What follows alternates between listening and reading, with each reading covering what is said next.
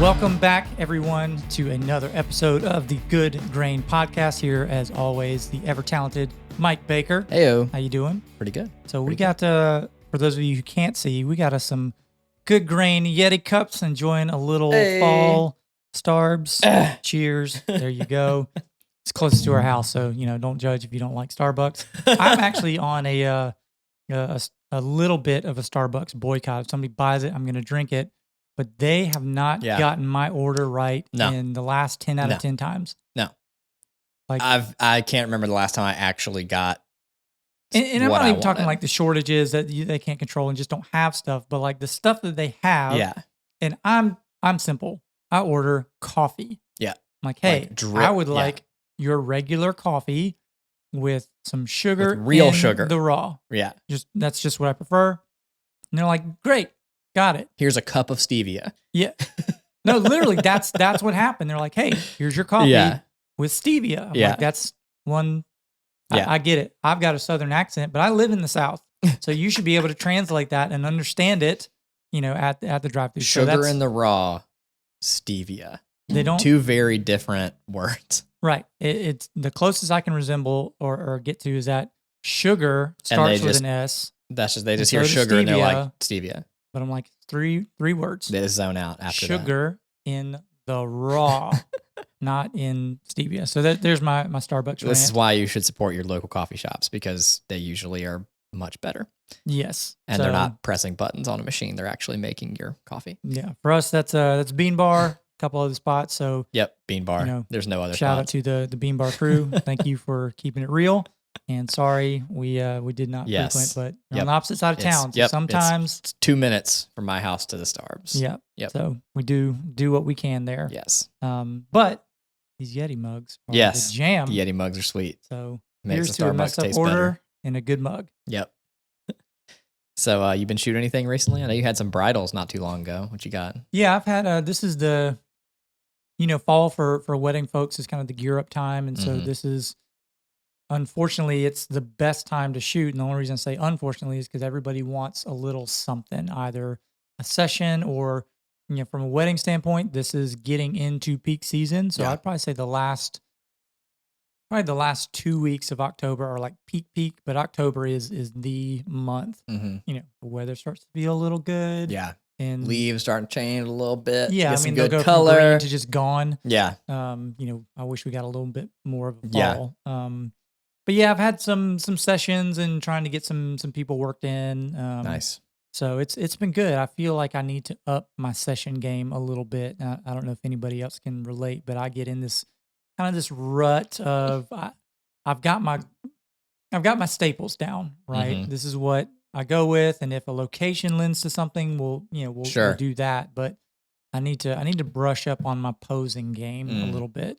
So got a good catalog, but maybe it's just me from staring at the same thing. You need to get those the trendy cue cards. Often, like you draw a card and it's like, tell your partner a funny joke, and then like you get them laughing together or whatever. Yeah, they look horrible. I mean, maybe it could lead to something good. I don't know, but for me, I think there's some good YouTube channels out there. I think I need to go back to some fundamentals. Like there was a rule I always used to follow for posing, and if you don't know this, you should add it. But it's a simple rule called nose to the light. And I don't know if you've heard that, Mike, but it's it was one I adopted early on, and it literally is that whenever you're using more natural light, or even if you're using artificial light, the rule is nose to the light. And what it does is, if you can picture, hey, we've got let's say you put somebody directly beside a window, right? That's true 90-degree side light.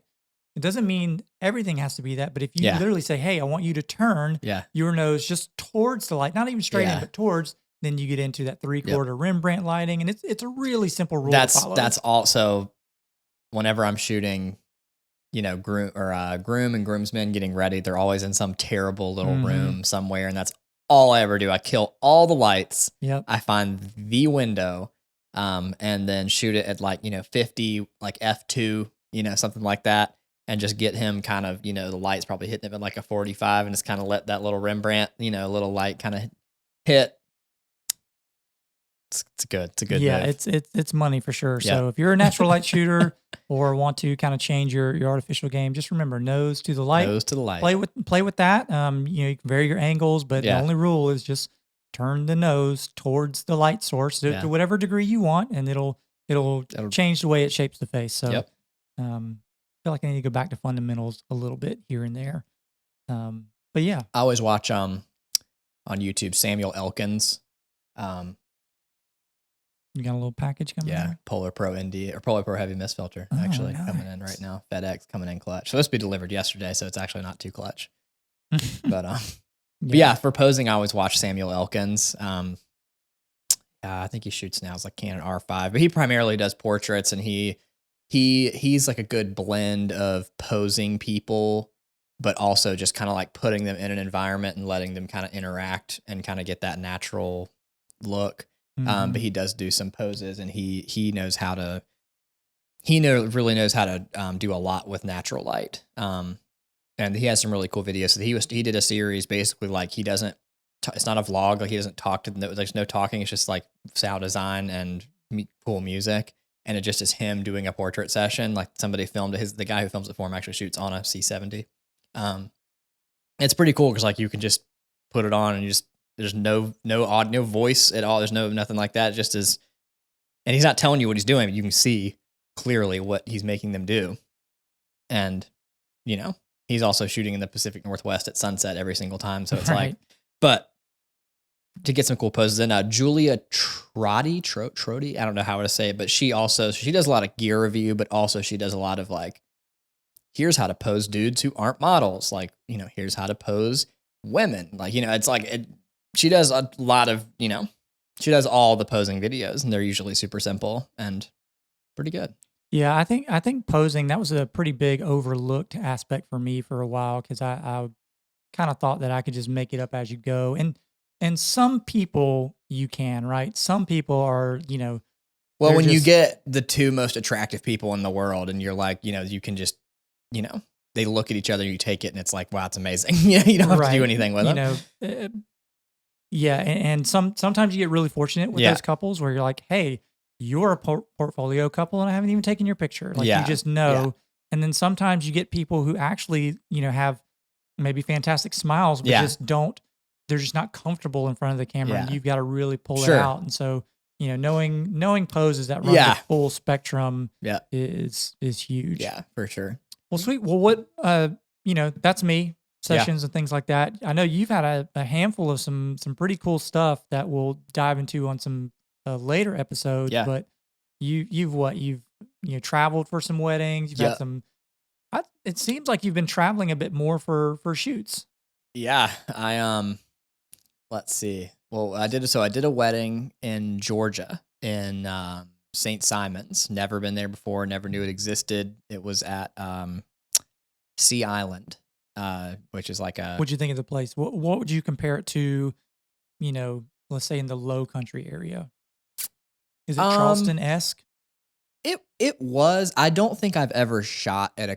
You have shot at a comparable place in Charleston, but I have not shot at a comparable. Like it's been rated 5 stars by Forbes for the last like 5 years in a row. Like it's a beach resort golf course. Like it's okay. Yeah, I mean, I know there are places right. Part of it is right on the beach. I mean, so I know there are places in Charleston that are like that, but I have not. Sure.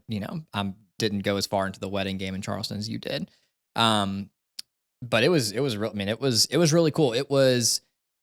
It's always interesting to see how the guests are treated versus vendors. I feel like that's where people show their kind of true colors, and they definitely, 5-star for the guests, but maybe 1 star, 1.5 star for vendors. So it, Yeah, I've definitely experienced that.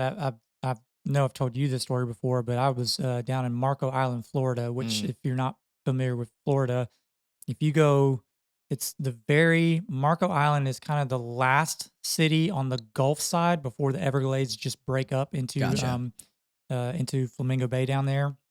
And it's almost dead parallel with Miami. So Miami's Atlantic side.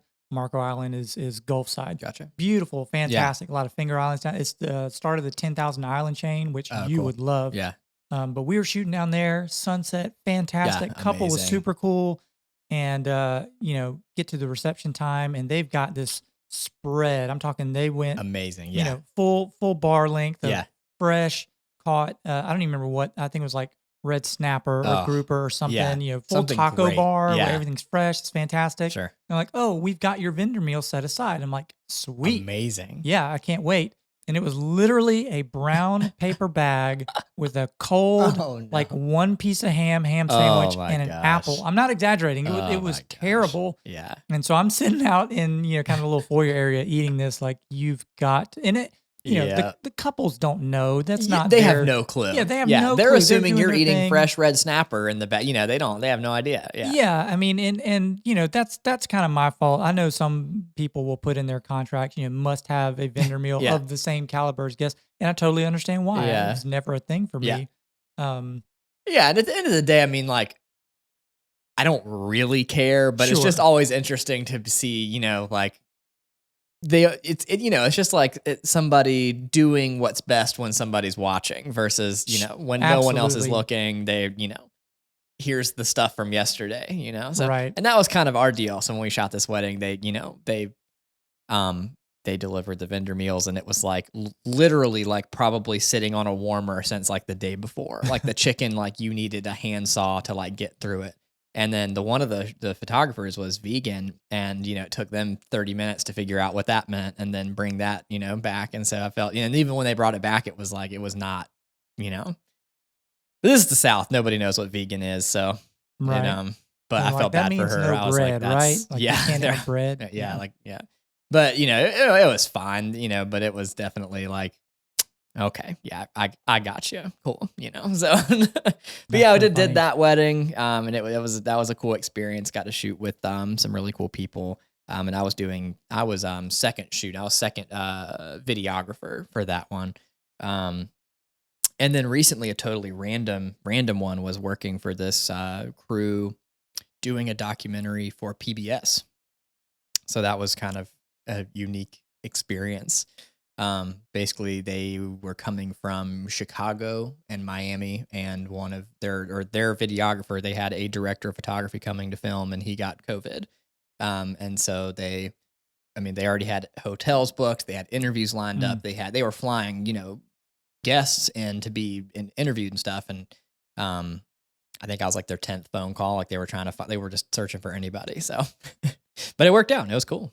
Yeah. Have you ever gotten to work with that type of segmented team uh, before, like on your own? I know we did Yeah. a little bit of that. Yeah, no, Working I together, would but say, like at the, we're at the agency with you, obviously sometimes the roles could be presumed as, like, oh, there's a producer, there's a sound guy, there's a videographer and, like, but no, and this was definitely the first time that I've ever shot with two dedicated producers. I was the director of photography and then we had a sound guy. So still a very bare bones crew, but having the two producers was pretty awesome. So, you've done a lot of one-man gigs, and when you're doing a one-man show, you're setting up lights, you're running cameras, you're talking, to the client, you're getting audio squared away. Then you're running the interview and you're having to pay attention for content. And you're also trying to watch there's just way too much to do. And even with two people, it's, it gets, you're still having to, somebody's watching both cameras, you're running the interview and trying to do audio. And so I think moving forward, I'm going to try to have somebody be like play the producer role. So like when they get there, they're chatting with the guests, they're getting whoever the interviewee is kind of just warmed up, telling them what the deal is, getting them comfortable, and then they'll guide the interview. I'll kind of assume the role of director of photography and just manage lighting and probably audio as well. And then have a second shooter who's, running B cam, helping throw up light stands, all that kind of good stuff. That would be the magic combo. After doing that experience, it's so much easier on the crew. You get a better result because you have, more people doing fewer things. And it's better on everybody, I think. yeah, I think that was one of the big takeaways for me, just from a wedding standpoint, is you know, I'm to the point now where I will never not have a second shooter Yeah. unless it's like 40 people and you just simply don't need it. But Yeah. there's something about being able to segment just your thought process Oh, on the 100%. shoot and, Yeah. and say, all right, this person is in charge, and they've got to be able to deliver. Now, you still need to be confident in that person's Sure. abilities and what they can do. But when you can roll up and just kind of parse your brain out a little bit and Yeah. say, all right, my job is to do this Yeah. element, the deliver the experience for, as you said, everybody's experience Everybody. Yeah. and product goes Yeah. way up. Yeah. It's great. I mean, audio in and of itself, every job should have a dedicated sound guy. Oh, Now, agreed. for most of the jobs, when you're doing, the corporate 2 to 3 minute promo video, a lot of times they have no clue and they don't want to pay for a dedicated sound person. And I get it. They just don't know. But I mean, man, having an audio, we had an audio guy for the shoot. I mean, it was amazing to not have to just, he threw the time code box on my camera. He, threw his XLRs in, and that was all he needed from me. And then after that, I was setting up lights, setting up, that was it. It was awesome. It's pretty wild how much the audio side of things, not even so much that, and take this at face value, not even so much that it necessarily matters as much, but because it's such a huge element, like there's just no room for error. Yeah. Right? You just can't have stuff bleeding into your audio. If you have bad audio, that's unusable. I mean, you can't. Right. It makes everybody look bad. Your client doesn't want to look bad. You're going to look bad. Like it's just, it's audio is honestly there. I mean, you can get away with bad visuals way before you can get away with any bad audio. Yeah. And obviously that's to a point. That's relative, but yeah. There's something about, the audio where it if you can get it right in camera, which is actually pretty difficult to do. You think about the preamps in your camera, they're feeding into that signal. What mic are you using? What cables are you using? Yeah. What is on the set that's bleeding in? Yeah. But if you can get it right in camera, which that's why you have hopefully a good audio guy. Yeah. The amount of time it saves you in post production is worth the hire on set. Oh yeah. Yeah. Because and you've experienced the same thing. Yeah. How many times have you had to go and spend so much time just getting audio, not even just workable, but clean enough so that you can actually EQ your music bed to it proper, or mix your music bed to it properly. And it's wild. He was great. And I feel like it also helps. He was a very calm presence, and it was like a nice, it's good to have some low energy on shoots. And it was awesome. But that shoot was really cool. That was, I don't really know how much I can really go into about it, but I mean, it's going to air next fall of 2022. But it was awesome. Really cool experience. The crew was really cool. I mean, it was a lot of fun. I mean, most of what I was doing was setting up interviews. And so that was really fun. So I've never, the interviews were very crucial. So we really went, the extra mile to make them look good, which most of the time you're finding a good spot to shoot. They still look good, but you're not, the client typically is just let's just get the content and let's move on. These people are let's build it. Let's make it look cool. So we're shooting in this old plantation house with a wood burning stove behind the interviewee. And there's cool old oil paintings on the, we're throwing lamps in the, it was really cool. So it was a fun gig. Now, is that your first official role outside of your own, company that you've been a true director of photography for? Yeah. So that was the first time ever. Yeah. Doing something, leading a shoot like that, for another crew. I've done a handful of whatever the title would be, second shooting for other companies. But yeah, that was the first time being the true director of photography for something like that.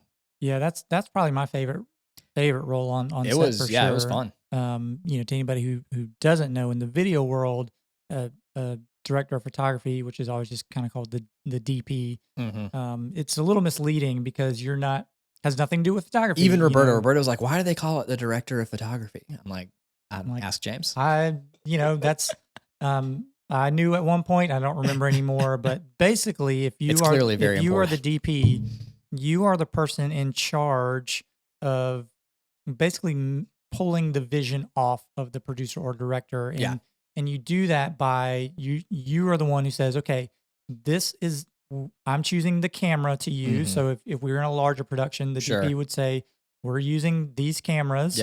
in conjunction with the actual director. I mean, you don't make every decision on your own, but you choose the camera, you choose the lens for every shot.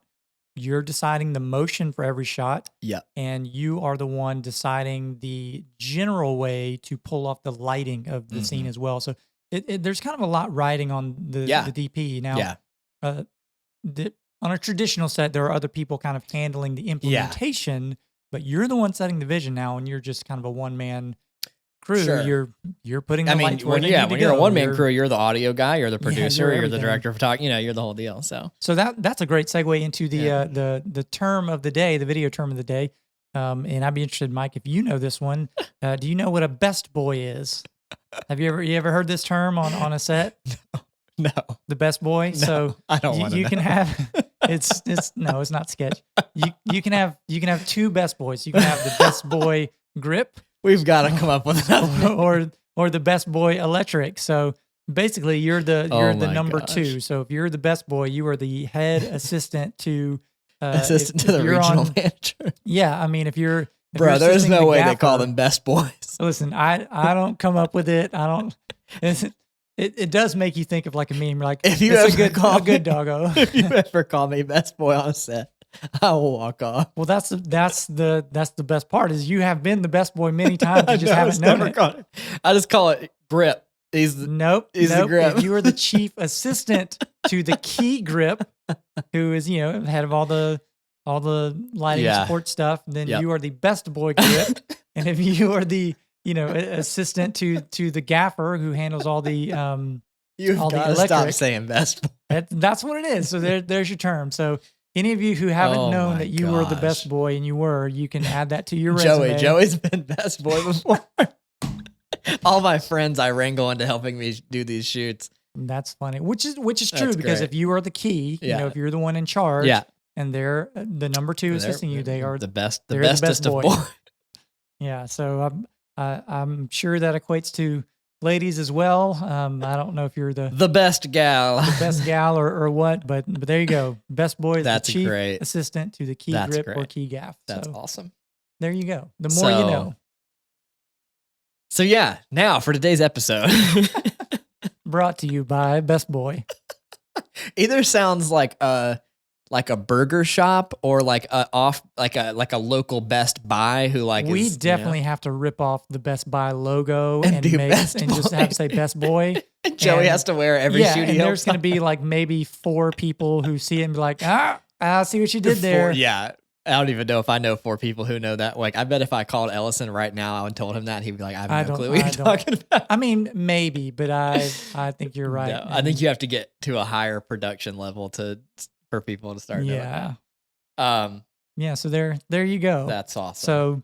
So we've been getting a handful of questions that we thought would be good to kind of round this episode out with. And most of our video questions have kind of been revolving around the starting phase, which that's a common thing to wonder about. And, that I don't think those questions are ever going anywhere, and there's a ton of information on YouTube about it, but to kind of cut through the noise and we figured it would be best to kind of give our experiences of what we have used, what we failed with, what, we could have not purchased and kind of gotten just as far with, if not farther. But I'm going to kind of round it out to the top 4 pieces of gear.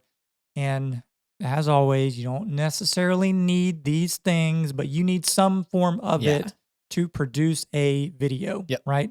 So the top 4 things that you're going to need is obviously a camera. You're going to need a lens, whether that's, built some in. kind of lens. I'm going to separate them because they should be separated at the end of the day. I'm not talking iPhone stuff, no cinematic mode. Yeah, I mean, technically, if you want to go that route, there's a wide, there's a tight built in. So, you could do it. Client might not be too happy. We're going to call it camera, lens, and then some kind of stabilizer. Yeah, we'll call it support. And then audio. So those are kind of the big 4. So for me, for a camera, I would say that for the money, and you'll have to decide what your budget is. Year doesn't matter. Doesn't matter when it was made. What matters is, can it handle the situations you want to be filming in? So if you're going to do wedding stuff, and you're going to need a camera with some range. Right? It's got to be able to handle some Low light. Yep. low-ish light, as well as have some kind of top end range to be able to Yeah. recover kind of And that upper mid. all that to say as well, like, just continue with what you're saying, but anything after 2016, probably going to be okay. Absolutely. So within that spectrum, you're going to have crop sensor, full frame, right? That part doesn't necessarily matter. Again, you figure out what your budget's going to do. But I would probably recommend. I think any Canon prosumer level. Yep. Anything that's got a D in it. USR, R6. Yep. Somewhere that's gonna be even fine. 60 Mark II. And then you'll probably have to Google the Nikon equivalent because I honestly, I was gonna say know. honestly, like if I was starting right now and I had to buy all the things, if I was buying the 4 things, I think I would, I'm a Canon person. I would go R6, for the body, but Sony, honestly, for weddings might be a good move because there is a lot of low light scenarios that happen at weddings. And so as a Canon person, I'm saying, Sony is here's good always been my rub with Sony, and I think you can relate, is the newer cameras mitigate this issue to a degree. You're also going to pay for it. But I have never truly enjoyed using a Sony because of their menu layout. It's pretty tough, and because with their mirrorless, you lose a lot of the buttons on the camera, so you kind of have to use the menu a bit more. I just don't enjoy it, and if you want to get into the color side of things, I feel like you have to do a little bit more work to get it to my tastes. That's just kind of where I live with Sony. That said, there's just things they can do that other manufacturers Sony don't absolutely smashes Canon in the low light category. Yeah, like it's not even a contest. There is no contest whatsoever. So funny enough, Full-Time Filmmaker just came out with a video where they pulled like Peter McKinnon. Let's see, gosh, who'd they have? They had Peter McKinnon, Matty Hapoya, Daniel Schiffer. They had all these people who shoot Canon and Sony, and they did a contest. They showed, Full-Time Filmmaker went out and shot clips, same setting, same lens, all the things, side by side on a Canon and a Sony. Same clips, essentially, same thing. And then they color graded them and, did their thing. And then they showed them blindly to the big time YouTubers who shoot Canon and Sony. And none of them, I think Peter McKinnon ended up winning, but even none of them were getting it right. They could not tell, which again, to your point, you might have to do a little bit more work, but all that to say, like at the end of the day, they're basically the same. It's exactly. You're going to be, if you know what you're doing, color grading, you can and that's really going to be the thing that I would harp on as a second is you really need to learn what the limits of your camera. Like you need to push it to the max and figure out what you can and can't do with your tool so that you can figure out, okay, if this is what I have, what are the ideal situations to shoot? And you can actually tailor a lot of your shooting around that. So even on a wedding, you can kind of let the client know up front, hey, this is when we're going to get, the best that you're looking for. You don't have to explain to them why. You don't have to let them know, hey, my camera can't do low light. Those are just things you want to learn. And the plus side is if you do that, you'll find to your point that cameras are kind of like cars and that a lot of the internals are largely the same thing. And what you're paying for is all those outlier differences. But if you can learn all the basics, when you do get a new camera, you're not relearning everything. You're just then adding knowledge on top, and that'll even just catapult you that much further and faster. So camera, again, doesn't matter. Get something as new as you can afford, and you'll be just fine. But you do need to learn what that camera can and can't do. Sure. Tutorials, read the manual. There's so much information. But honestly, just go out and do it. Put it in different modes. See what you can get away with. Like, does your camera actually handle auto ISO pretty well? I would recommend not doing that. No. But maybe you've got a kit that works for your shooting style. For what you need, But that's just going to be the thing is you're going to have to put in time no matter what. Oh, for sure. Yeah. So camera by far, get the camera's the brain, right? To use terms from Red, if you will. That's going to be the thing that you should build most other things around in an ideal world. Yes, but I would say also your camera body is going to become obsolete a lot faster than your glass. So don't blow your budget on a nice body and then like skimp on the glass. Like, Yes. get the medium, get like the one that's like in the middle for you, and then buy some nice, buy a nice Yeah, lens. that's a good point. So if you think of it this way, one of the biggest reasons that I don't like using filters on lenses. So we'll jump down to the next, number 2, which would be a lens. One of the biggest reasons I don't like using filters, and I'm talking like basic filters, like your UV filter. Your $40 one off of Amazon. Yeah. So think about it this way: if you're going to spend I remember you grand, telling me this. if you're going to spend early on. $2,000 on a lens, Yep. right, and then that is in theory, that's the first point of contact for your sensor, right? Yep. Everything your camera sees Everything's goes coming through that. Yep. lens. All the light, all the color, the refraction, all the things. Yep. You've spent possibly you've spent a lot of money on this lens, probably more than your body, hoping to get a really good image. Now, obviously, the two have to work in tandem, but if you think about it on those lines, you're feeding your sensor the best that you can feed it, right? To a point. Yeah. And so then the sensor takes all the good input, does the work, and then says, this is the most I can produce, and there's your image. Now, putting a $40 piece of glass, there is zero way that layer of glass will ever be the same quality as the front element of your lens. Now, if you need it for protection, like if you're out, at the beach shooting sand, that said, it's not going to kill your image by any stretch. It's just not going to do it. But putting that in front of the front element, it doesn't make sense. Yeah. Now, you can buy high-end filters that do use fantastic glass, and you're going to pay $300 plus for them. And in that case, you're going to need to decide, what is this filter doing? Like with a UV filter, I only ever put them on rental gear. Yep.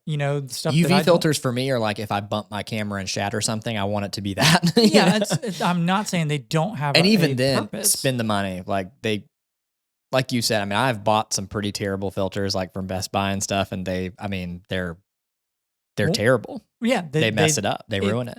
Well, it's like anything. Like, I am the king of buying cheap stuff and wondering why it doesn't last. I mean, I do it every time. I've finally gotten out of that habit with tools where if I can't afford it, and I know I'm going to use it more than once, I'll just wait and purchase it, and borrow, buy the good, buy once, cry once type thing. And then that goes with filters too. So I have never been impressed with a filter until I started using like Polar Pro. Those were great. Not cheap. But yes, you're paying for it. I mean, one filter for the matte box system is probably at least 200, if not more. So I mean, that's one filter, so. But if you think about the entire pipeline, is the inputs that you put in is going to affect the output that you get out, right? So if you have a terrible camera and put on a fantastic lens, there's no way you're going to get what that lens is capable of. Yeah. Right. And same thing goes. If you have a fantastic camera and put a terrible lens on it, you're just hampering what the camera could pull out. Sure. Some results are negligible. You can't not agree with that. Yeah. But in an ideal world, you want all your components to be equal. Yeah. So if you have a cheap lens, put a cheap filter on it, right? There's no point in putting a $300 filter on a $100 lens. You'll never see the difference. Never. But from a video perspective, it's a little different on photo because you're dealing with RAW and you can push elements a bit harder and really recover some stuff that might be lost from a cheap filter. But for video specifically, when your sensor is giving you a final file, unless you've spent a lot of money on a body to be able to push and pull that information afterwards, and if we're talking beginners, you probably didn't do that. I would say just avoid filters unless you absolutely need them. Yeah. And this is like a side note. I think we'll probably touch on it later, but the only kind of filter that, again, if I am watching YouTube and I'm watching what they're saying and, I'm going to film a wedding with the DSLR, which has no built-in ND filters, which is it neutral density? I don't even know what they mean, but neutral density. I I would buy my nice lens, and then I would buy a nice ND filter simply because the body that I bought is not going to have built-in neutral density filters. So let's save that. Yeah, and, we're and, gonna and get we're gonna to it, circle for back on sure. that. But since we're on the subject of filters, that's the one kind of like Yeah, I would absolutely. mess around UV filter, polar. I don't care, but I would. We'll touch on that later. But I would get an ND. And then from a lens perspective, I'm just gonna like if I'm buying one lens, like one lens to rule them all. For again, if you're thinking you're trying to get started, you want to make some money with this. You've bought a nice camera body. I would go with actually what we're shooting on with this, the YouTube video here is the L series 24-70 Canon 24-70 2.8. So let's break down the three components of why we choose that lens. So the first part is the zoom, right? So in any lens that can change its focal length is a zoom. Yep. Right. I used to think that zoom meant telephoto, like the longer end, like 70 to 200 things. I don't know why. It's just what I thought zoom meant, that you could zoom. What a noob. Right. Because in my head, I'm like, you can zoom in on something. So it must be telephoto. Yeah, I got But that's not. Zoom just means that you can go from one focal length to another. Right. So a 16 to 35, which is still wide angle, that's a zoom. Yeah. Right. Anything that can move is a zoom lens. So that's huge for video because it allows you to do things on the fly. Yeah, and I like primes better, but again, in this scenario where we're buying, something just to do kind of everything, where I think we would both go with a zoom lens over a prime. Absolutely. I mean, I started with the zoom. I started with the 24 to 70, and the reason for that focal range is so it allows you to get a lot of natural framing. So, there's some debate on the actual focal length, but the general rule is the eye sees around 60 to 66 millimeters, right? That's just what your eye sees. As far as compression and distortion and things like that, that's what your eye sees. That's what's natural. That 24 to 70, the later end of that 50 to 70 range, that gets you a really natural frame, but still allows you to place your camera in positions with the wider side of things. That 70 millimeter top end, it's not going to let you see something, across the football field. Yeah. But it is going to make things in what I would call a normal distance, like 10 to 20 feet, feel really natural. Yeah. And it's going to give you some nice compression. And you can take a great portrait. You know what I mean? You can zoom in on the ceremony. It's depending on how far back you are and resolution, all that aside. But a zoom lens, I think, is really going to give you the best bang for your buck. So we recommended an L series, which in Canon's line is just L means professional. Yep. Has the red ring around it. Got the fancy red ring. Yeah, the fancy red ring that you pay a lot for. And all that affords you is a better build quality, some better optics, and weather sealing. Yeah. Which it doesn't, you decide if you autofocus is a little better than some options. Right. Like it's color matched to other L series things. Right. Like doesn't mean you can't get a great lens that doesn't have the red ring. Sigma. I love Sigma. They make so they have their art series, something, which is kind of their higher end. They make some lower end stuff too. But even their higher end is much cheaper than, for anybody who doesn't know, is not. It's generally cheaper. Sometimes it's not, but generally cheaper than Canon L series class. Doesn't mean they're apples to apples, but anyways, start with a zoom lens. You decide what you're shooting. If you're into real estate video, I'd probably start with a 16 to 35, something a bit wider. If you're into weddings, a 24 to 70 will get you a long way. Yep. And then probably for most video, corporate stuff, 24 to 70. Yeah, I mean, you can film interviews, B-roll, all the things. Yeah, that's a bread and butter lens for corporate work, for workhorse. sure. So camera body, whatever that looks like for you, and then a zoom lens. Our choice is 24 to 70. A 24 to 105 is great. So the other thing that we didn't talk about in kind of the three reasons we get the 24 to 70 is build quality, which is the L series name, the zoom range, which is, it's a workhorse lens. But also, I prefer to stay with zoom lenses that have what's called a constant aperture, which that 2.8 number means that when you're at 24 and you're at 70 and anything in between, your aperture can be as large, if you want to think of it that way, as open as a f-stop of 2.8. Yep. Now, most lower end zooms are going to have what's called a variable aperture. So And you'll they're have a usually like, number to a number, which means that from the yeah, widest, yeah,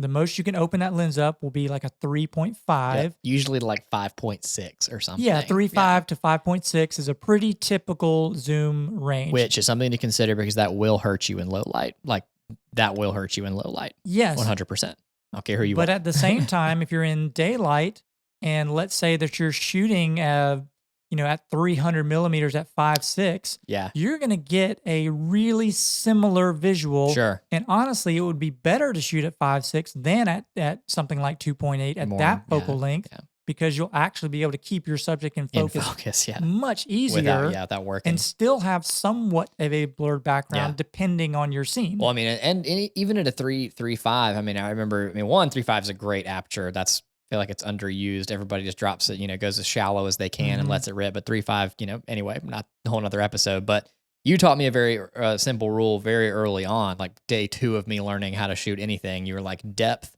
creates depth. And I remember like 100%, we were standing in your living room looking at a picture of a cow and there's a barn in the background or some kind of shed or something. And then Oh, you yeah. told me what you shot it at. It was like, you said, I shot this at a F5 or something. And he said, but it still looks blurry because, depth creates All right, when you're, so let me break down. break that down a little Let more. me break down, and this is just something that I use. So when we say depth creates depth, if you think about the way a football field is built, right? It is a rectangle. We call it a shotgun style, right? Narrow and long. Okay. So if you're in a situation where you have depth behind your subject, Yeah. right? That could be, 100 feet. It could be 1,000 feet. The deeper you have an option of behind your Mhm. subject, the more leeway you have with choosing your f-stop as far as what creates that kind of background blur, if you Yeah. will. Now, the subject also needs to be close to your camera for this to really work, right? Because if your subject is far away, then you lose all that depth behind your subject. But you could also back up and zoom in, right? Correct. And so that's why it's a little bit relative, but Yeah. the concept of depth creates depth is if you shoot at an f2 and your subject has their back touching a wall, Mhm. you physically cannot get any depth of field Yeah.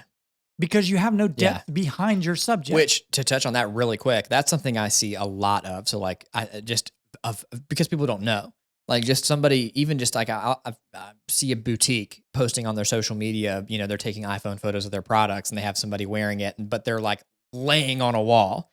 And I always just want to be like, just comment, like pull them off the wall like 3 feet, because then it's going to make it look that much better. Yeah. The whole term depth of field. So the field is your field of view, what you can see. Yeah. And then the depth of that, Yep. that's what is blurry. So, Yeah. The whole thing with depth creates depth. The whole point of that is just to give you some freedom of choosing your f-stop so that you can say, Yeah. hey, I don't always have to shoot at 2.8, or 2 or something shallow that would give me that look in a shallow space, Mhm. right? Where I maybe only have 5 or 10 feet behind me. Yeah, you'd want to open up a bit because you can't get it any other way. But if you're outside in a field, Yeah. and you're shooting, on a longer range, like 70 to 200, Yep. you could shoot it at f8, and if you had a mile behind you, Yeah. it's gonna be blurry, It's going to be blurry. Yep. right? So take some of that and experiment with it and play with it. But that's a good point. I kind of forgotten about that, but that should help you decide of your lens choice of, what are the situations you'll be filming in.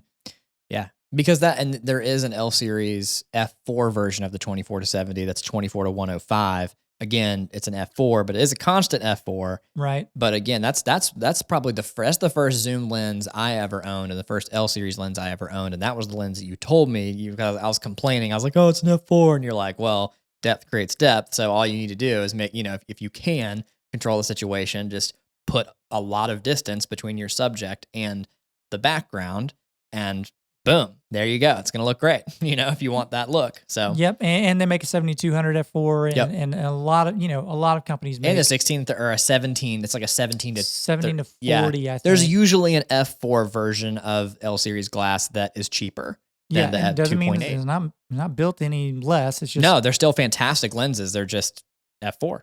yeah, And some people love that. That's like it's their jam. So yeah, and And I would say that you definitely need to take your situation into consideration, but you can do a lot with a little bit of 100%. practice for Yep. sure. So we talked camera, Yep. we talked Zoom lens. lens, and we'll touch on lens again Yeah. shortly after. Dude, this sweet cream is giving me the burps. I don't know what it is. Because you're the best boy. Yeah, I'm the best boy. So the next thing I would say kind of falls in that support category, and I'm personally really torn on this answer because I really am leaning monopod, I changed my mind like 4 times while we were talking.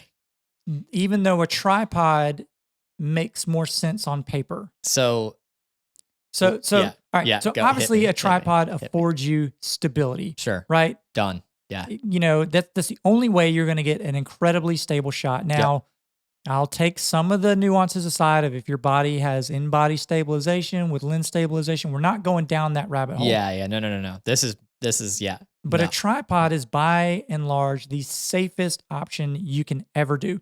If you're going to get one, I would recommend getting one that has a really tall height, you know, at least 5 feet that Yeah. you can afford. And I will say this. Yes, I recommend getting the really tall height, but for me, if I'm starting out, tripods are very common, and you can find them of all different price ranges. Now, just like putting a cheap piece of glass on the front of your lens, you don't want to put a $40 tripod underneath your $5,000 worth of camera gear. Yeah, You can, but might end poorly for you. But all that to say, there are a lot of price options for tripods out there. So here are the 3 things I would look for in a tripod, and these are the exact same for monopod. I would look for the payload capacity. Yep. And all that means is how much weight can it hold. And the reason that really, really matters is if you max out what your tripod can do, you're kind of asking for a disaster, but you're going to wear it out a lot faster. And really the thing strictly from video is that the more capacity your tripod head can manage, the smoother all of the motions will be with that tripod. But by and large. Yeah, and typically, in my experience, if you're on Amazon, whatever, if you search a video tripod, the payload is typically higher than just like a tiny photo tripod. Right. I would say probably something. Payload, that's a good call. Certainly at least 8 pounds, but really the 12 to 15 is going to last you much, much longer. Yeah.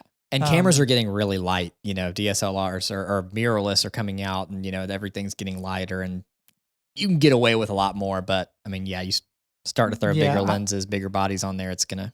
And if you want to build your own, I would definitely buy a better head and cheaper legs, or as we call them, sticks.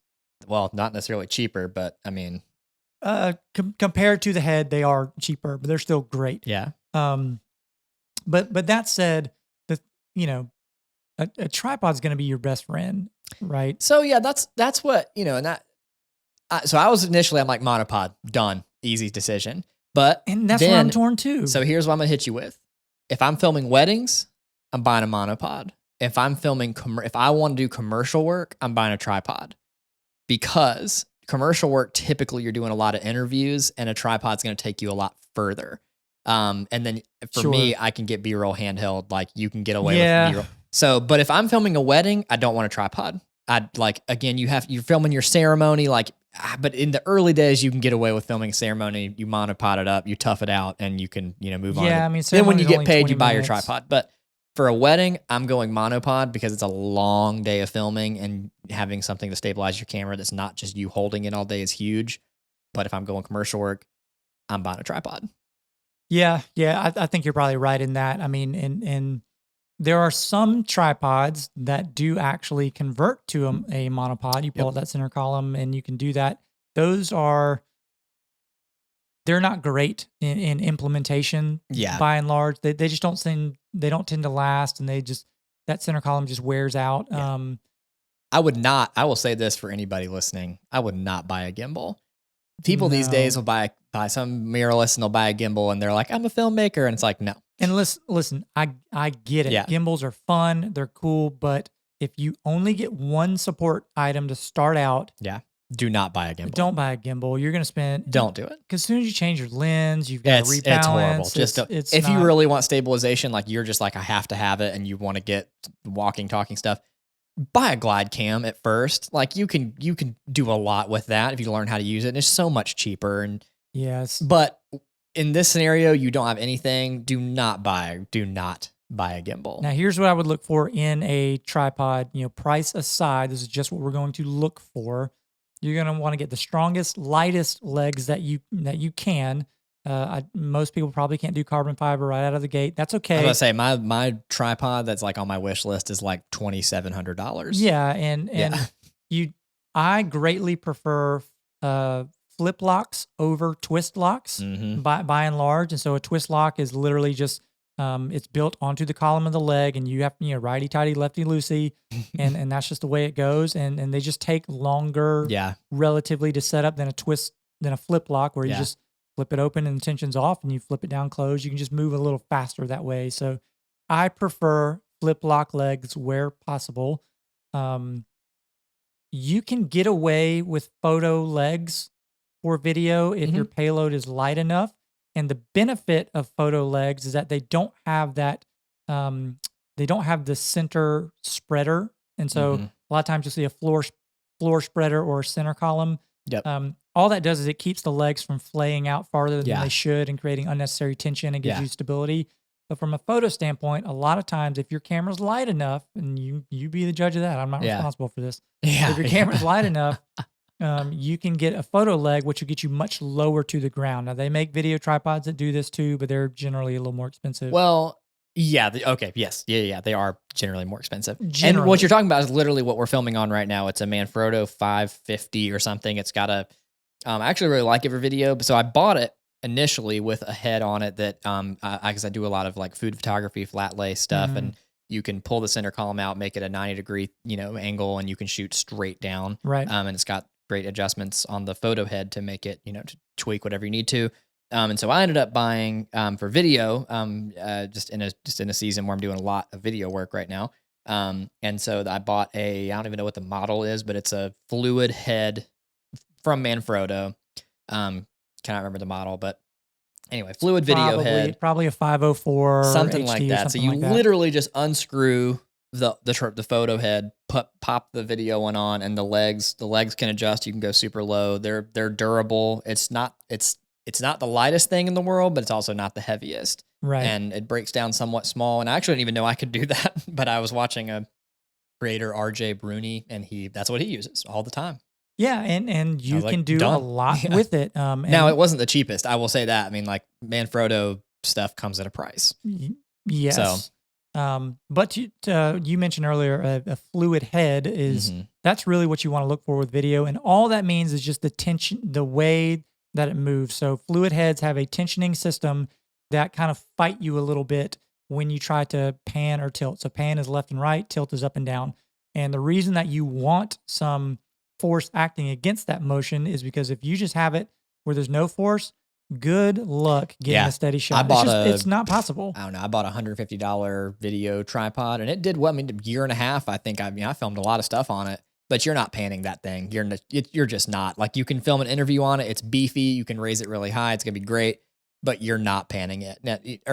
You can tilt it, but you're not gonna pan it. There's just no way. Yeah, and it really is an investment too, because your tripods, like your glass, they will outlast your cameras. Oh, 100%. I'm not saying you got to go spend $1,600 on a Sackler by any stretch, but there are some really good quality components that you really should be looking around the $500 to $700 range. Yeah. And there's one in particular that is kind of I bought a really cheap one. It's like a step up from that one. It's made by, it's like a lowercase I can, it's ICANN or something like that, or something like that. I saw somebody using it on YouTube who shoots on a C200. He does a lot of high end commercial work, and that's what he was using. And I say only, only is subjective, but it's only like $275 or something like that. And it has a fluid head on it. He seemed to like it. It seemed to work well for what he was doing. I've never personally used one, but he does a lot of big jobs, and if he's using it, it's got to be pretty good. Yeah, I mean, I don't have any And experience. so, I mean, again, I've never personally used one, but if you're looking for a really good tripod, potentially that's the case. Sure. Definitely do your own research on that one. Right. But all that to say, there are some options out there that, maybe that middle of the road between really cheap, that's just locked position, that's all you're getting, and like, the $1,500. And that's okay if you're doing only studio work. Like if you, Sure. and that's I still use that cheap tripod for my C cam or something, Yeah, totally. and it doesn't mean you toss it out by any stretch. But Heck no. what I have found is that if you are going to be going on location often, you will be buying the same piece of cheap kit often. Yep. Or invest when you can. Yeah. So a debate we have often is just simple light stands. Yeah. Right? Cheap ones will ruin your they're terrible. efficiency. Yeah. And they're just not safe at the end of the day. They break. I remember I was on location in like the woods, and I went to stamp a light stand down. So I went to smash it. The ground's a little uneven. There's only some pine straw, and I went to just push the leg in to sink it. And I bent the leg. Nice. And I'm like, perfect. So now I've spent 10 minutes trying to figure that. if you're watching, I'm clearly not the strongest dude on the planet. But if you have something cheap enough where you can do that, strength. it's like, come on. Yeah. It's not dad strength. No. It's scrawny boy strength. It means your light stand's not good. And Manfrotto, again, keep going back to Manfrotto. Manfrotto makes some amazing light stands, and they're like $100 a pop. Or you can get ones for like $15 a pop, and you are getting what you pay for. They're gonna fall over probably. Yeah, and so honestly, on that note, that we're not gonna go deep into stands. I have found you can buy a cheaper C stand that is gonna serve you much better than a cheaper, just like normal light stand. Sure. That for whatever that's worth. Yeah, I mean, C stands by and large are not. They're not always well. They are definitely a location piece for sure. They make me we'll go feel down that safer, rabbit hole later. But anyway, so all that to say, I don't even know how we got to where we are now, but I'm going to go monopod. What'd you say? I said tripod. We just said get a tripod first, right? Yes. Yeah. We did monopod for weddings, tripod for commercial work is what I was going with. Same type of head for both. You need a fluid head of whether it's a monopod or not. Yeah, you're right. That's how we got to the lights. And and so the next one, the fourth one, obviously there are more categories. Don't come at us with, no. Right. We're just talking the top 4 to get you going, making some money, making a video. Is you need some audio. These are the components. You need some audio. So some people go with, the Rode Video Mic Pro. They pop on top of the camera and, all right, so let's break down the 3 kind of categories. Okay, hit me. Break it down. So one, you've got on camera. Yep. Right? You've got on person. Yep. Right? And then you've got kind of, which is a live mic, I think we understand that. And then you have overhead mics, which is going to be your boom mics. So they each have their purpose. Yep. In an ideal world, you'd have all 3 running in tandem. Yeah. Right? For sure. So here's, in my opinion, here's the only times I would use an on-camera mic. And I'm not talking about the one that's built into the camera. I'm talking like the Rode, the Video Mic Pro Plus minus whatever. It's $250. Yeah. It'll slide into the hot shoe. It looks kind of like a shotgun mic. Plugs into the mic jack. Yeah. Right. So where those really shine, in my opinion, is short distance, quiet capture. For so me just to like you, we're like 3 feet away. Like, I mean, that's going to be. Yeah. I would not go any more than 3 feet. Yep. I would definitely try to have a super, dumb quiet room, carpet around, all of that stuff. Because where those mics really shine is having a very clear end result, and where they fail is everywhere else. Yeah, they don't reject noise very well, so they capture everything. They don't have any sort of throw to them, and you really, unless you're buying accessories, they have to stay on the microphone. So you're really limited to on the camera. Sorry, so you're really limited to the shooting scenarios you can do with them. Yeah, if you're a vlogger and you're only holding the camera at arm's length away, they're Grab perfect. It, pick it up. That's almost what they're made for. And there's nothing wrong with that. If you're okay with outside noise, a la vlogger again. Yeah, and this is like if I would. The only reason I'm saying you potentially would get one of these is like if you've, audio should not be your final thought. Like audio definitely is extremely important. But if you're, you know, you're doing a job. You need to get Bootsy. Yes. Ew. So we had to take a little pup break. pup break. Oh, Bootsy was barking. Yeah, Bootsy was left her out. That's our fault. But speaking of filters earlier, yep, old Baker got a package. You know, so if you're not watching on YouTube, you should, so you can see what we're doing here. I'll crinkle it for you. What is it? ASMR unboxing. Yeah. What you got there? This is a heavy mist filter from Polar Pro, and you can see all the speckles from. You know, might be able to see. They can't see that. You might. I can see it from here. But yeah, so you got, you know, so don't touch that glass, son. So that goes in my Basecamp matte box system from Polar Pro. Yeah. So what I bought this for was to have a little bit smoother, basically to have video not look so much like video. Smoother highlight roll off, softer skin tones. Yeah, so this some is good grain, if you will. Good grain. This is definitely a specialized kind of nuanced filter. Yeah. And not the first we would filter love to answer anybody's filter questions. So if you have any, throw them in the comments on whatever platform that you were on. If they have them, hit us up on Instagram at Good Grain Podcast, and we'd be happy to talk filters one day. But that's pretty exciting because that's going to be definitely going to throw that on a nice little episode. Give it the sauce, if you will. The sauce. So kind of back to audio. So yeah, we were talking. Yeah, we were talking. You know, on camera audio. You got on person, which is like a lav mic, and then your overhead, which is your boom. And the only reason I'm mainly suggesting if you can't afford anything else, or if for whatever reason you just is the way you want to go, you can.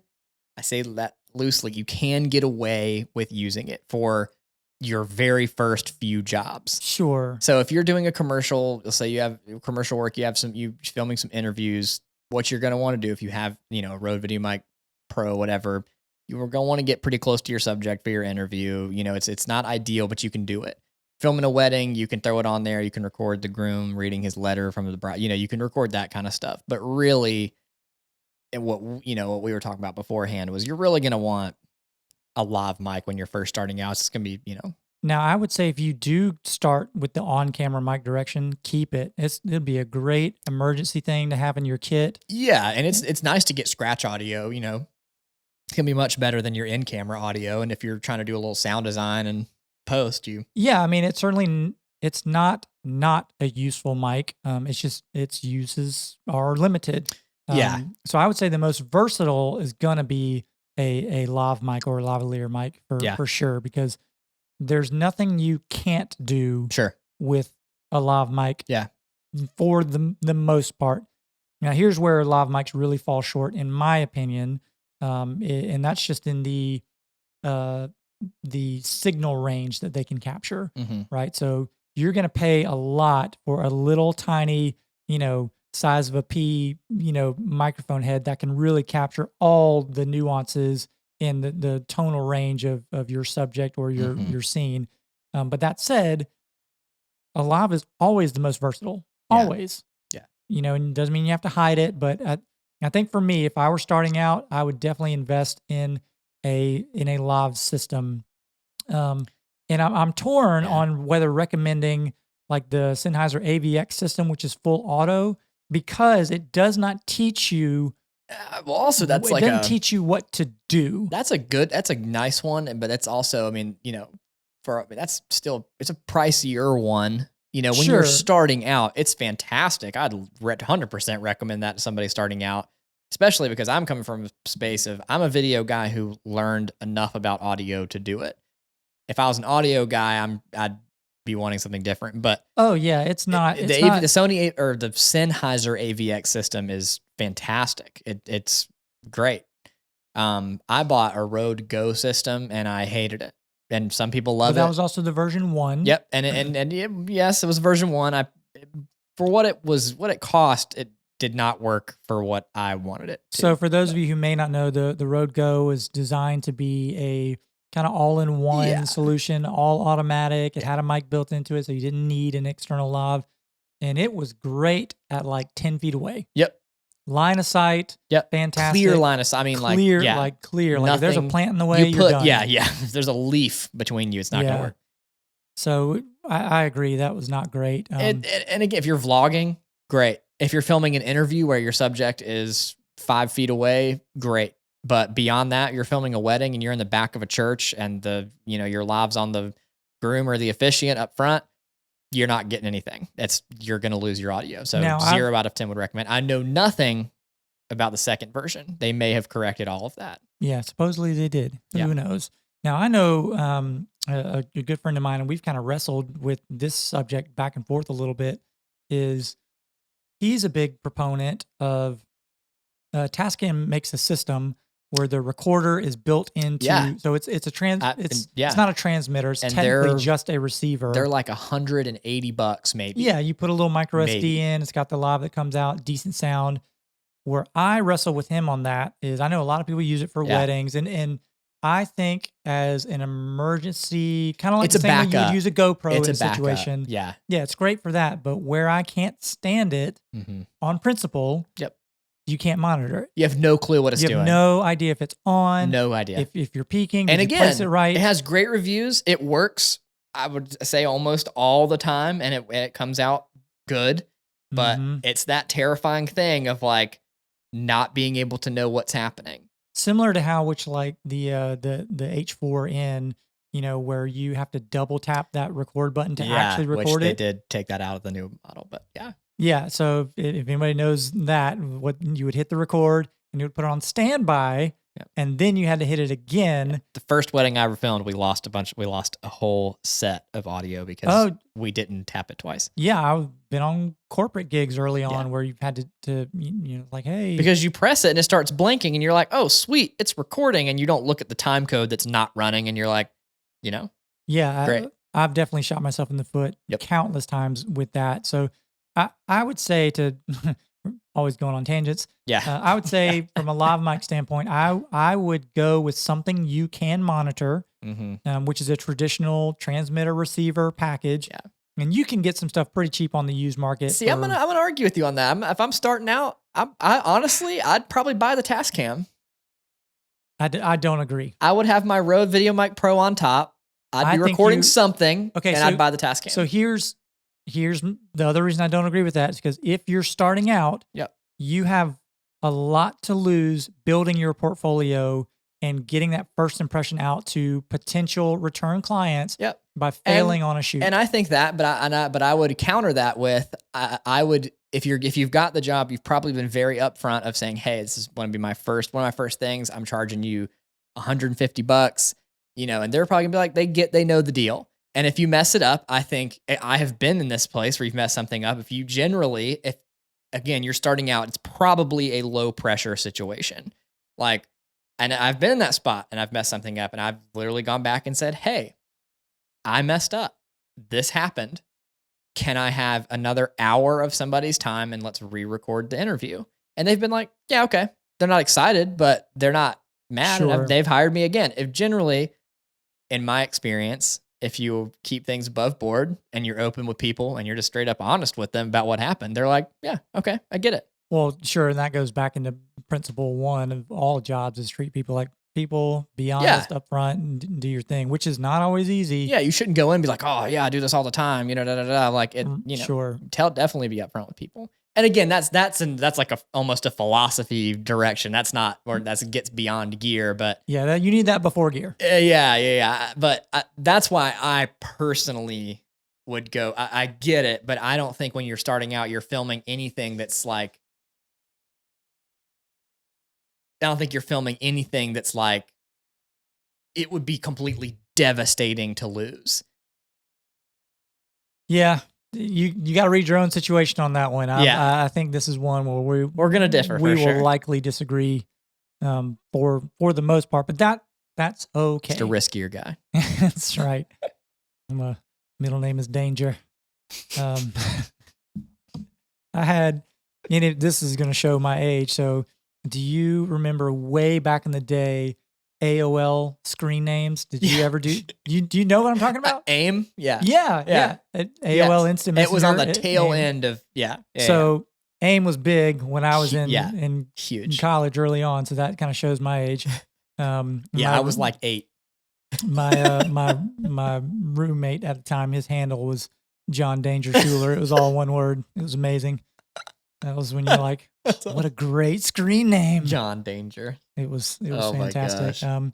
So to Yeah. recap, the 4 pieces that you need, along the spectrum, Yeah. you need a camera, you need a good zoom lens. I would invest in a good tripod. Yep. Or a monopod. I'm gonna say Tripod. Yeah. We'll say tripod. And then an audio source. So I'm gonna say lav mic. We did not talk about boom mics. That's Yeah, and I would say starting out, I wouldn't worry about boom because then you're getting into either somebody has to hold it or you have to get a stand with some fish hooks, etc.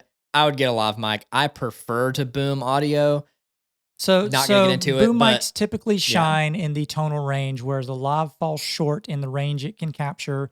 A boom mic typically will give you more of that, with the caveats of it just picks up more typically. Mm-hmm. And as you said, more support to use it. You're likely going to need phantom power, some extra kit. So we'll just say a lav mic is lav where you mic need starting to start. out. Lav mic. Yep, 100%. And obviously, again, this is 4 things that this is what you would need to start do. And there's other things you need SD cards.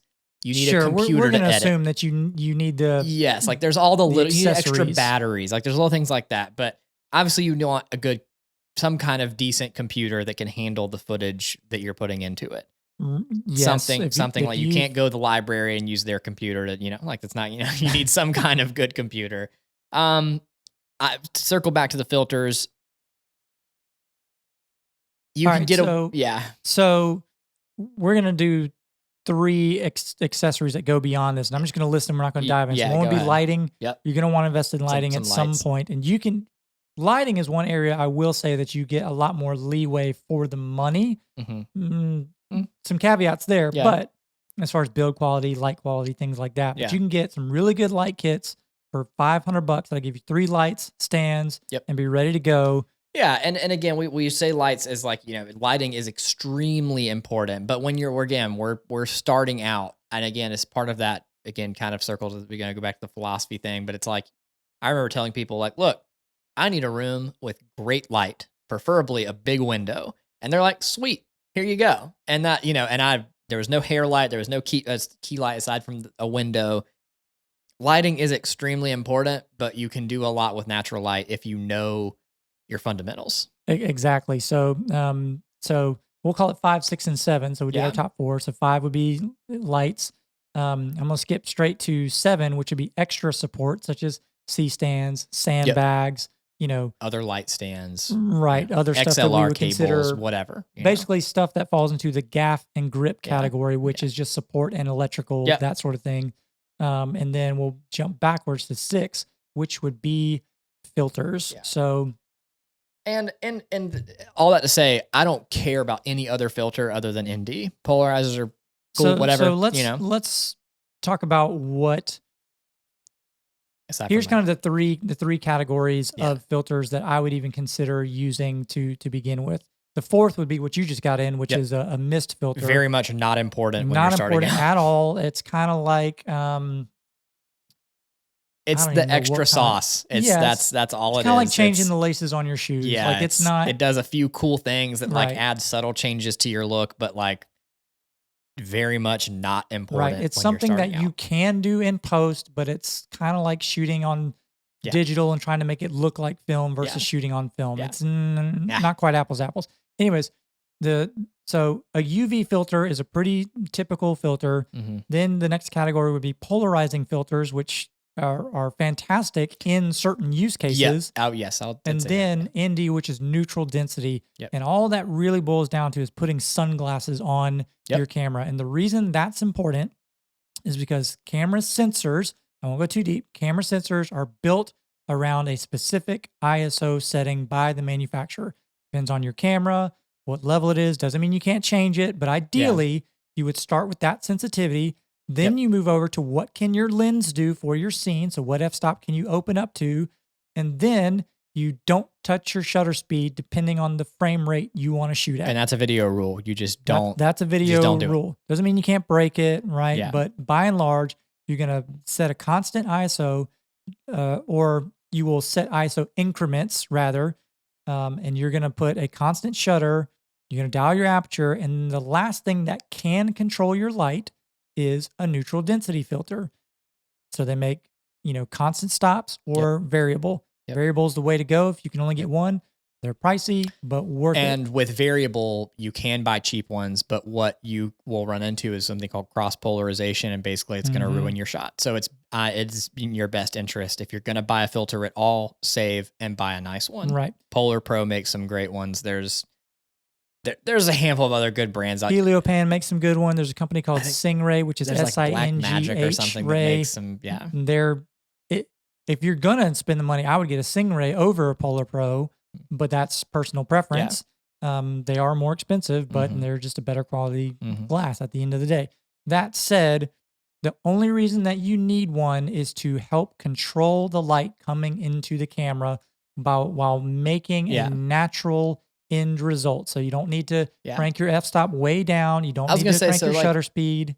For me, I feel like a variable ND or just ND in general changed the game for my DSLR footage, because if you're shooting at, anytime there's like this amount of light, and any amount of light almost really, aside from very low light, you're going to have to rip your aperture, and it's going to be like f8, and it's not going to, you're not going to have any depth of field. It's all going to be in, right. So being able to throw ND on there and have, f2.8, f3.5, whatever, and have it be evenly exposed is people, they won't know why they like it better, but they will be like, wow, the footage looks great, So, and that's really the point, right? Is an even exposure. So obviously your camera sensor can only capture so much information. And so by really controlling the spectrum, right? Controlling the black levels and the highlight levels and everything in between, then you'll really get the most out of your sensor, right? Just in principle. Yep. And so by having that ND, it just allows you to not only lower the amount of light into an acceptable level, but it's also going to, because of what an ND filter actually is, it's going to add a little bit more to that extra level versus what you would get just out of camera. So it's really, it is a polarizer on some fronts, but by and large, it's letting you take that top end of your waveform there and bring it back into something your camera can manage. And it's huge. It's a game changer. It takes your creativity, and you no longer have to say, well, I have to stop down or I have to change these settings because my camera is overexposed. You say, no, we're going to put this quality filter on the front, let it do the work of cutting the light, hitting the sensor, and now we take all those creative constraints off. So it's a tool for sure. It's real close to a necessity for me if I'm starting over shooting with DSLR. I would say if you're not in 100% controlled environment, you're gonna want to get a 2 to 5 stop variable ND circular filter for your most common. Yeah, lens. Unless you're on a lens that's f2 or faster, 2 to 5 stops can be fantastic. That's the only point where you really need those 8, 9. I was about to say I would say I most commonly use 2 to 5. There are a handful of times where I've broken out the 6 to 9, but I'm shooting at like 1 p.m. and it's super bright. Right. So, and I would say if you're hesitant about any of this stuff, rent it. Go on Borrow Lenses or Lens Rentals or Lens Pro to Go, any of those. Yeah. And just find the filter size of your lens, get the corresponding filter thread for an ND. I've made that mistake of just thinking one size fits all. It does not. They do have to screw onto the front, so make sure you get the right size. And just play with it, experiment it for a weekend, see if you need to add it into your arsenal and go from there. Yep. So this is going to be a long one. Thanks for anybody who stuck with us to the end. But I'd love to hear your thoughts. If there's something that we didn't go over that you think is a crucial piece of starting kit, let us know. Again, not talking accessories, like we're going to kind of assume you need batteries and SD cards and all that stuff to handle the aftermath of filming. But that said, if you feel like there's something we've missed, or if you agree or disagree, we'd love to hear your thoughts. So put it down in the comments on Instagram, hit us up on YouTube, send us a message. We would love to know. And if there's something that you want us to cover for next time, shoot us a message. We would love to hear from you. You can get us on our social channels. And thank you guys for watching and listening. And we will catch you guys next time.